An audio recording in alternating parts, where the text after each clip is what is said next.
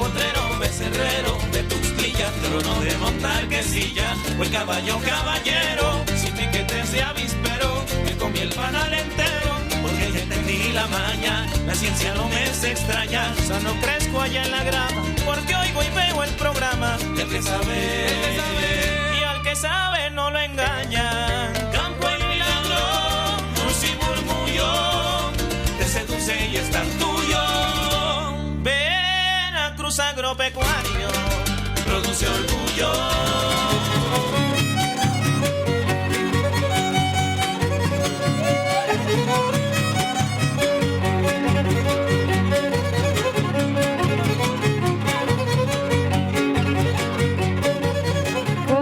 Huasteco comienza esta tarde-noche Veracruz Agropecuario. Bienvenidos a una emisión más de este programa y vaya un saludo para el trío Tlacuatzin, que son grandes amigos nuestros, y enhorabuena por poner en alto las culturas huastecas. Bienvenidos a Veracruz Agropecuario, hoy con un tema por demás interesante que varios de los televidentes y radioescuchas de este programa han solicitado. Hoy hablaremos de insectos comestibles. Los insectos comestibles, por lo menos en nuestro país, existen más de 540 especies precisamente comestibles, y algunas de estas pueden llegar a tener un uso medicinal.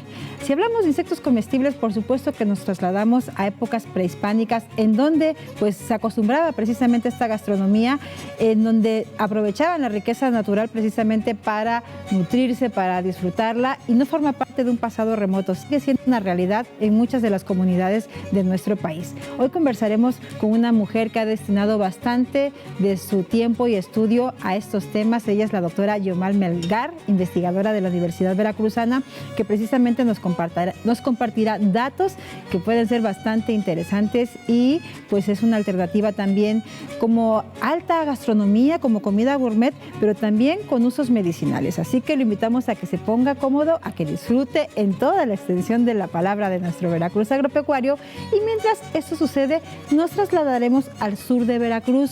La producción de este programa visitó Ciudad Isla, y allá un grupo de productores nos comparten cómo precisamente a partir de las lombrices han aprendido a brindarle mayor calidad a su tierra, en la cual producen piñas.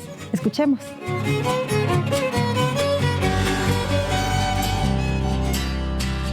Nuestra empresa está dedicada a cuidar del suelo, ser amiga del suelo, producir de manera sustentable, de manera ecológica, amigable con el suelo. Entonces, qué mejor que empezar con este lombricario, con las mejores amigas del suelo, que es la lombriz, en este caso la lombriz roja californiana, de la cual extraemos su lixiviado y extraemos el humus de lombriz. ¿Cómo lo hacemos? Pues al ganado se le da silo en comederos, y ya el estiércol del ganado lo juntamos, le damos un proceso como de cocimiento, porque viene con un pH muy ácido. Entonces durante un mes lo estamos moviendo y inyectándole agua para que cuando llegue aquí a ser comido por la lombriz esté en sus óptimas condiciones y la lombriz se sienta cómoda con un alimento que le permita reproducirse y expresar al máximo su potencial. Para mí es importante el tema de sustentabilidad porque cierras el círculo. Nosotros en Orpi, desde la lombriz roja californiana, aplicamos el lixiviado de lombriz en los piñales a razón de 20 litros por hectárea cada 15 días. Entonces de esa forma se está aplicando, y el humus se aplica en el suelo antes de sembrar, se le riega aproximadamente 1 o 2 toneladas por hectárea. Esto es una prueba, ya no es piloto, ya se está manejando de manera formal, pero no alcanza, no es suficiente para la extensión que sembramos de piña.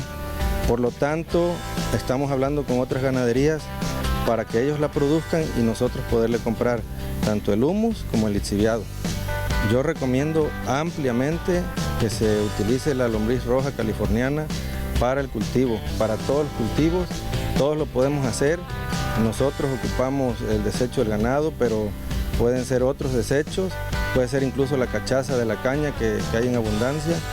Todos lo podemos hacer, es algo económico, es algo fácil, que da excelentes resultados, muchísimas veces más que un elemento químico comprobado. Muchas gracias amigos de Veracruz Agropecuario, nosotros continuamos con más.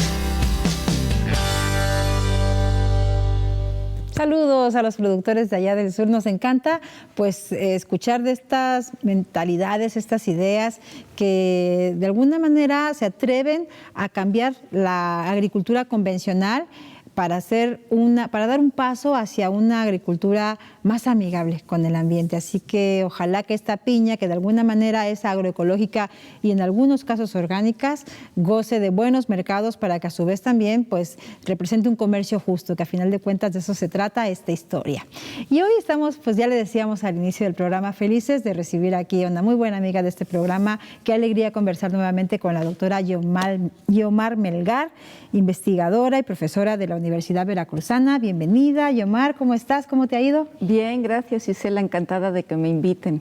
Oye, nosotros encantados de que tú estés hoy presente en el estudio porque nos permites, con tu presencia y con tu conocimiento, atender un tema que le interesa muchísimo a nuestra audiencia y nos referimos a los insectos comestibles. Pero antes de entrar en tema, quisiéramos saber en qué has andado recientemente, en qué temas, cómo anda tu agenda.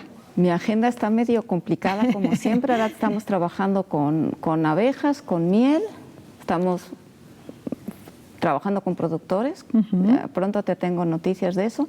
Sigo trabajando con microorganismos benéficos y con insectos estamos haciendo aislados de proteína de insectos. Oye, pues si decimos la palabra insecto, hay una cultura occidentalizada que no les ha hecho justicia y casi siempre lo asociamos con algo negativo, con algo que nos provoca cierta picazón, pero tú haces un trabajo bien interesante que nos permite rescatar esos saberes pues ancestrales, de hecho.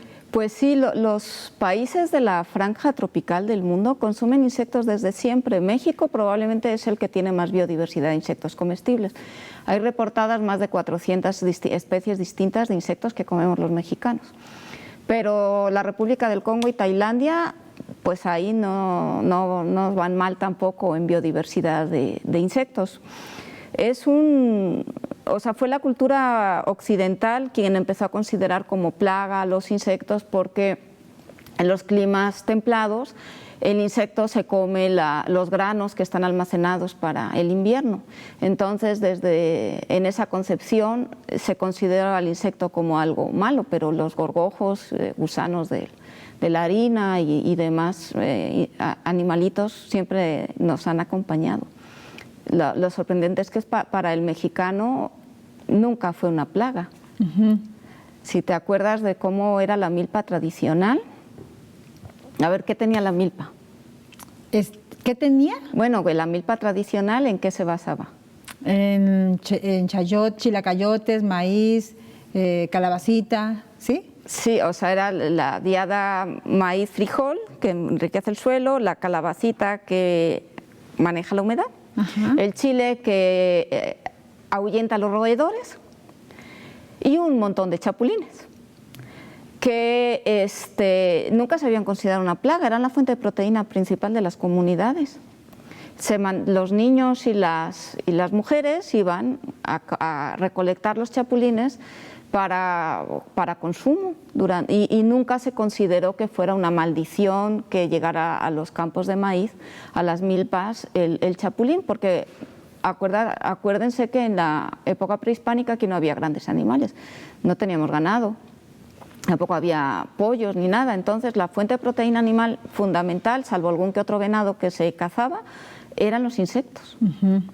Y eso lo fuimos perdiendo con esta concepción de que el insecto es sucio, que viene de fuera y sorprendentemente lo que hemos aprendido a través de la investigación es que de sucio no tiene nada, es más sano, o sea, tiene menos patógenos, menos microorganismos patógenos, o sea, de los que causan enfermedad que la carne normal, por ejemplo.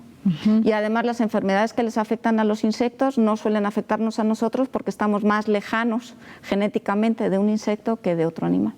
Oye, doctora, ¿y qué sucede, digamos, con el gusto o con el conocimiento, por ejemplo, de ese tipo de gastronomía? ¿Por qué los extremos?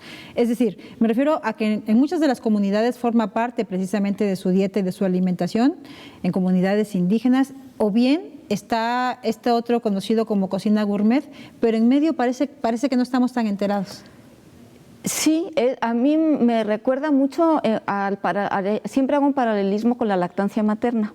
Es decir, por algún motivo se mantiene la tradición y el foodies, el hipster, esta gente que le interesan la vida sana, le entra. Igual que pasa con la lactancia materna un poco, o está considerado como de pobre y sucio y como que de segunda, o está considerado como un alimento mega gourmet. El otro día que tuve que dar una charla virtual en Madrid, es muy divertido esto de estar en 2 o 3 países a la vez en un día. Y ahora me comentaba mi compañera, con la que por cierto estoy trabajando, que ella dice, oye, es que ya quiero comprar insectos, pero no friegues, no puedo. Dice, me cuesta 1.000 euros un kilo de tenebrio. O sea, allá los precios son muy, muy costosos y está poniéndose de moda en esto. Yo creo que el turismo ha tenido mucho que ver, el incremento del turismo en las últimas décadas. Cuando uno viaja, te atreves a probar cosas que de manera habitual no pruebas. Culinarias y no culinarias es cuando te atreves a hacer deportes de riesgo y no sé, a vivir experiencias que de otra manera no vivirías.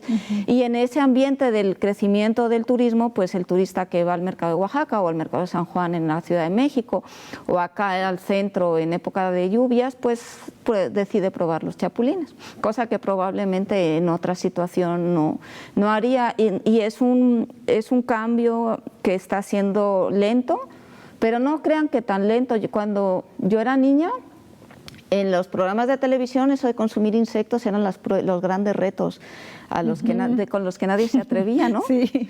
Y era el gran asco comerse una araña o un chapulín o cualquier cosa, ¿no? Y de ahí brincó a los programas como de viajes y de culinaria, y ahora empiezan a ser parte habitual en los programas de viajes, de gastronomía. O sea, empieza a ser como más normal, y poco a poco nos vamos acostumbrando. A la gente no nos gustan los cambios. Esa es la razón de los insectos, de que nos cueste consumir insectos, es que en esto de la alimentación nos sigue gustando. O sea, lo que más nos gusta es la comida de mamá.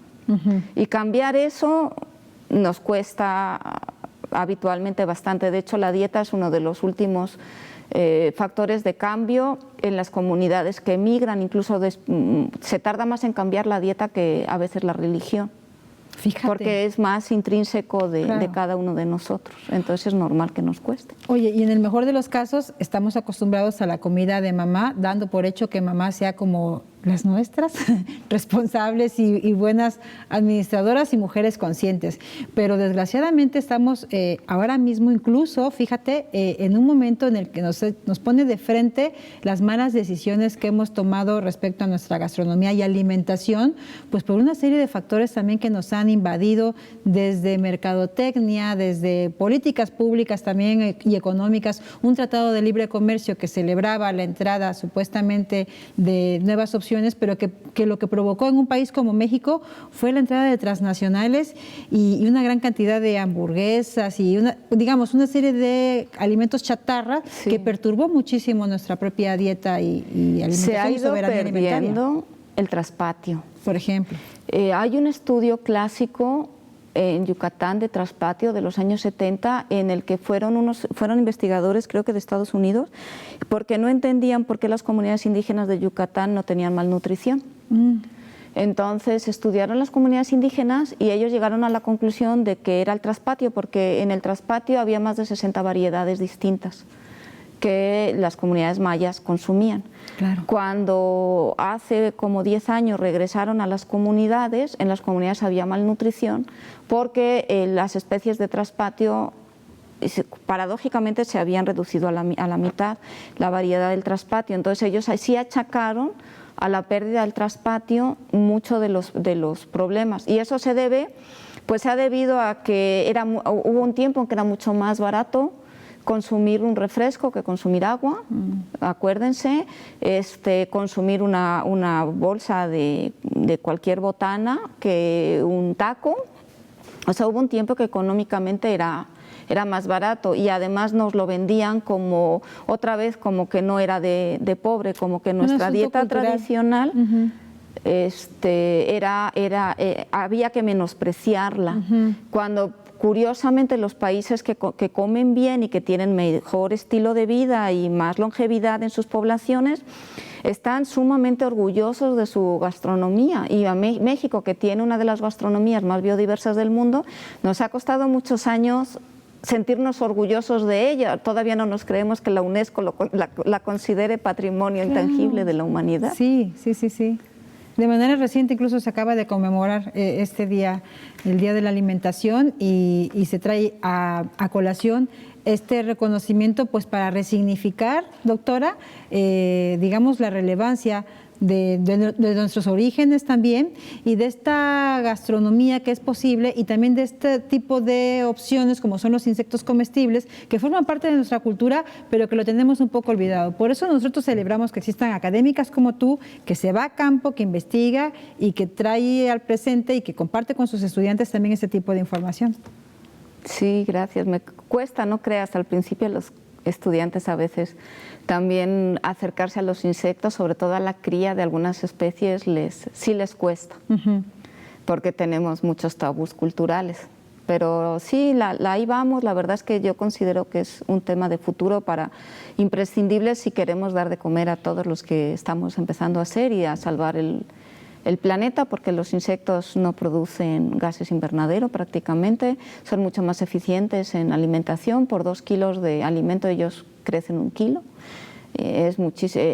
y consumen muchísima menos agua, y además con el clima que tenemos aquí en Veracruz es muy barato producir a los insectos, no requieres ningún costo energético extraordinario, como está pasando en los cultivos en Canadá o en Europa, que es donde se están poniendo de moda, que necesitan mucha calefacción porque les gusta el calor a los insectos. El otro día me aventé una gran y sesuda discusión con un amigo que argumentaba todos los motivos por los que, según él, los cultivos transgénicos tendrían que ser una opción a propósito de alimentar a esta población que está en crecimiento, y yo quisiera que te escuchara a ti más bien con este tipo de opciones y que comprendiera que como dice la Conavio, las soluciones están en la naturaleza. Sí, yo no tengo nada contra los cultivos transgénicos, sí tengo contra cómo se están haciendo los cultivos transgénicos. Es decir, lo que estamos es generando cultivos resistentes a plagas. Y entonces estamos produciendo un daño en el suelo y en la biodiversidad a mediano plazo que no sé cómo vamos a resolver. Porque el problema no es que hagamos, no sé, maíces o más resistentes a sequía o frijoles con mejor contenido proteico. El problema es cómo estamos usando la tecnología del transgénico. Claro. No la estamos usando para realmente con una finalidad de alimentar. Además, la verdad es que alimentos hay de sobra. Exacto. O sea, el problema no es la cantidad de alimentos, es la calidad de los alimentos que consumimos. Y la distribución. Y la distribución, y cómo manejamos el post cosecha para que no haya el desperdicio que está habiendo, que en la Ciudad de México a veces en la central de abastos se ha llegado a estimar en casi un 40%. Imagínate. Doctora, compártenos algunos de los ejemplos que conoces aquí en Veracruz con los cuales estén trabajando con insectos comestibles. Pues hemos incursionado, por ejemplo, con las chicatanas, de ahí de ¿Huatusco? De Huatusco. Y es muy interesante el cultivo de la chicatana y bueno, no el cultivo, la preparación, porque como saben, la chicatana es pues una plaga, en cierto modo. O sea, salen todas juntas como 1 semana o 2 semanas al año, y es más un alimento ritual que un alimento que se pueda vender, digamos, de una manera económicamente redituable, porque en el caso de la hormiga chicatana ustedes saben que hay que quitarle la cola para que, o sea, la cabeza se elimina porque amarga, y sí es cierto que amarga, entonces es muy trabajoso y hay que quitarle las alas a cada una de las hormigas, entonces sí se vuelve muy laborioso, y ahí tiene mucho más que ver con el consumo o con formar comunidad, por ejemplo, o sea, con esos rituales más antropológicos que culinarios. ¿Qué estamos viendo ahí, doctora? Esos son alacranes que en algún momento se han puesto muy de moda en la Ciudad de México y, por ejemplo, en Durango hay granjas de alacranes porque se usan para macerar con el mezcal también. Ah, sí, sí. Sí, están, porque se supone, bueno, habría que ver porque la cantidad que tiene es mínima, se supone que pueden tener algunos beneficios. Yo he visto algunos estudios que lo han intentado hacer también con el gusano de maguey que está en los mezcales y la verdad es que es muy poquita la cantidad y no tiene ningún efecto, es más un colorante y tiene ahí un efecto más visual y turístico que de otro tipo. Claro. ¿Cuál es el panorama o el escenario, doctora? ¿Qué viene para los insectos comestibles? Yo creo que son el futuro ya inmediato, ya no es un futuro a mediano o largo plazo. Claro. En alimentación animal se están usando ya mucho para alimentos de peces, se están haciendo alimentos de mascotas, de perros y gatos, y en alimentación de pollos. Ya son de manera rutinaria y como vienen con mucha fuerza porque ese mercado es mucho más fácil. También se están sacando aceites con la intención de sacar biocombustibles, que ahora están de moda esto de las otras fuentes. También se están intentando usar como sustituto del aceite de palma, que es altamente contaminante. Bueno, la palma es un desastre ambiental. Sinceramente sí. Entonces, la ventaja de las granjas de insectos es que son verticales, o sea, crecen en cajones, en vertical, en 2-3 metros, y tienes muchos en muy poquito espacio y no deforestas de esa manera. Entonces, yo creo que esos son y junto con los usos como ingredientes, en los países occidentales lo están queriendo meter como sustituto de harinas y en pequeñas cantidades como para que la gente se adapte, en productos de gimnasio, por ejemplo, y para todas estas dietas alternativas. Hay muchos veganos y vegetarianos que sí comen insectos, porque los insectos, como parece que no tienen un sistema nervioso muy desarrollado, está muy cuestionado, o sea, hay un debate muy fuerte sobre si sienten o no dolor. Hasta la fecha parece que no. Entonces, las consideraciones éticas del manejo y del sacrificio de los insectos son muchísimo menores, y mucha gente que no quiere consumir animales por cuestiones éticas no tiene esos problemas con el consumo de insectos. Más luego todo el asunto de la gastronomía de lujo. Qué interesante todo esto. Yo soy de esas, doctora, ningún animal al que haya visto los ojitos soy capaz de comérmelo.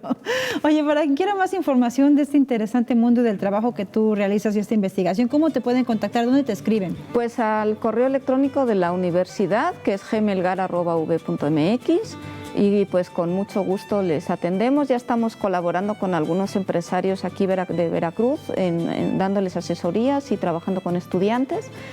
Y pues la verdad es un proyecto al que yo le tengo mucha esperanza, porque sí considero que esto ya no es el futuro, ya llegamos al presente. Llegamos al presente, exactamente. Bien nos lo dijeron Timón y Pumba, Hakuna Matata, y pues ahí está, ese es el futuro, es una alternativa pues bastante sustentable, y nosotros te agradecemos que una vez más nos hayas compartido este tema y que nos permitas así atender las solicitudes de nuestra audiencia. Gracias a Yomar Melgar por esta charla, gracias a este hermoso equipo de trabajo, gracias a Adriana Reina Torres Méndez, quien fue la responsable del maquillaje y peinado de esta emisión, y a usted en casa por habernos acompañado. Soy Isela Pacheco, muchísimas gracias y muy linda noche.